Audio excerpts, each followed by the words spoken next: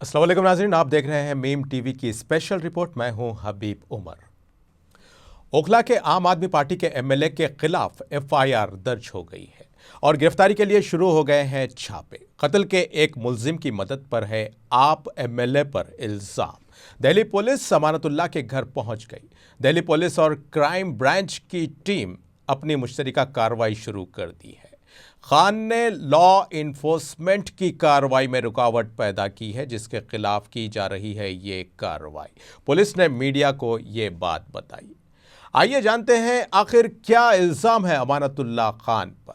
DCP south east Ravi Kumar Singh के मुताबिक यह वाकया है 2018 का, जहां जामे नगर के इलाके में पुलिस एक कत्ल के मुलजिम शावेज खान की तलाश में जाती है, लेकिन उस वक्त वो मुलजिम वहां से फरार हो जाता है।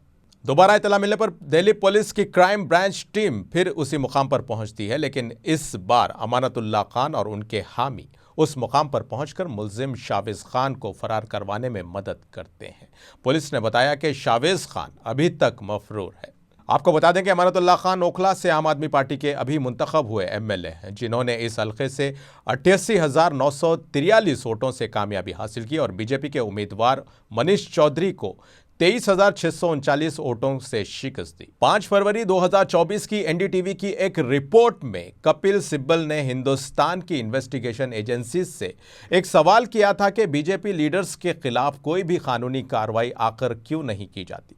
कपिल सिब्बल ने कहा कि बीजेपी के जहन में सिर्फ एक ही मकसद है कि रियासतों से अपोजिशन का सफाया और खात्मा कर दिया जाए। इन्फोर्समेंट डायरेक्टरेट की क्रेडिबिलिटी पर भी इन्होंने सवाल उठाया कि कई रियासतों में बीजेपी लीडर्स के खिलाफ भी बदउनवानी के मामलात सामने आने के बावजूद भी उनके खिलाफ ईडी की कोई कार्रवाई नहीं होती। हालांकि बीजेपी के लीडर्स के नाम और उनके खिलाफ केसेस की तफसीलात भी बता दी गई हैं, लेकिन उसके बावजूद भी ईडी ने बीजेपी के उन लीडर्स के खिलाफ कोई कार्रवाई नहीं की। न सिर्फ ये, बल्कि ये लीडर्स इलेक्शन में भी बाज़ाब्ता हिस्सा लेते हैं। अब सवाल ये पैदा होता है कि अगर कानूनी कार्रवाई इतनी ही तेजी से होनी है तो फिर सिर्फ अपोजिशन लीडर्स के खिलाफ ही क्यों? क्या जमहूरी मुल्क हिंदुस्तान में कानून सबके लिए एकसान नहीं है?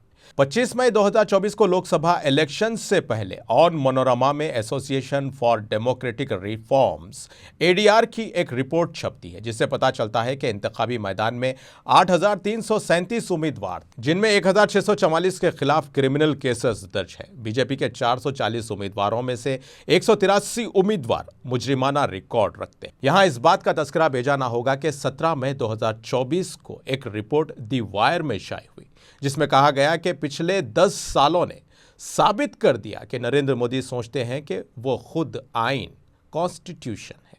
डॉक्टर बीआर अंबेडकर ने कहा था कि आइन हिंदुस्तान की पार्लिमानी जमहूरियत के लिए एक फुल प्रूफ दस्तावेज है, लेकिन यह सब कुछ उस वक्त मुमकिन होगा जब इख्तिदार में मौजूद हुक्मरान अपने किरदार दयानतदारी के साथ अंजाम दें। लेकिन आइन को तैयार करने वाले के इस बदतरीन अंदेशे को वजीर आजम मोदी ने सच साबित कर दिखाया। मुसलमान अपना वोट डालने से पहले मुस्लिम सियासी जमातों की इश्तियाल अंगेज तकरीरों और वोट पोलराइजेशन के झांसे में आने से पहले गौर व फिक्र करना नहीं चाहते। हिंदू अपना वोट इस्तेमाल करने से पहले हिंदू राष्ट्र, राम राज्य और हिंदू खतरे में है जैसे नारों के पीछे की सियासत को समझने तैयार नहीं।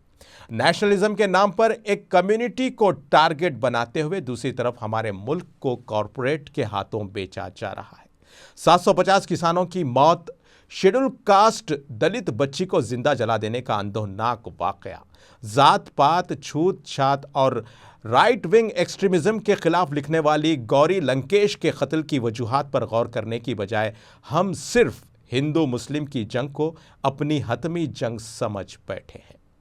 मुस्लिम, मुसलमान और दीन इस्लाम के नाम पर वोटों की सियासत करने वालों के झांसे में आने से पहले हमें इस बात को समझना बेहद ज़रूरी है कि जिस नबी करीम सल्लल्लाहु अलैहि वसल्लम के हम उम्मती हैं, वो सिर्फ मुसलमानों और अरबों के ही नहीं बल्कि तमाम आलम के लिए रहमत बनाकर भेजे गए हैं। जिस दिन हमें ये बात समझ में आ जाएगी, उस दिन हमें हिंदू मुस्लिम से पहले मुल्क के मजलूम की आह पहले सुनाई देगी। इसी के साथ नाजरीन, आज की रिपोर्ट का सिलसिला यहीं ख़त्म होता है। ताज़ा खबरों और स्पेशल रिपोर्ट्स के लिए देखते रहें मीम टीवी न्यूज़ और अब मुझे दें इजाज़त। अल्लाह हाफ़िज़।